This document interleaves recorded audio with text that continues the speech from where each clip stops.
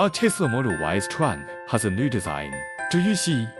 Anyway, in the festive atmosphere, we added a light strip to the trunk of Model Y. Do you think it looks good? Of course, it not only creates a romantic atmosphere for us, but also has excellent lighting effects in daily use. So it can also be considered a practical small accessory. For example, when we are camping in the wilderness, it is a great camping light. And this light strip has its own sensing function. It will automatically turn off when the tailgate is closed. The installation and fixing method of this light strip is the same as that of our front spare light strip, which is very simple. Then we will see around the opening of the trunk, which has such a ceiling strip. When installing, we just need to clip the main fuel flexible light strip along this ceiling strip to complete the fixation.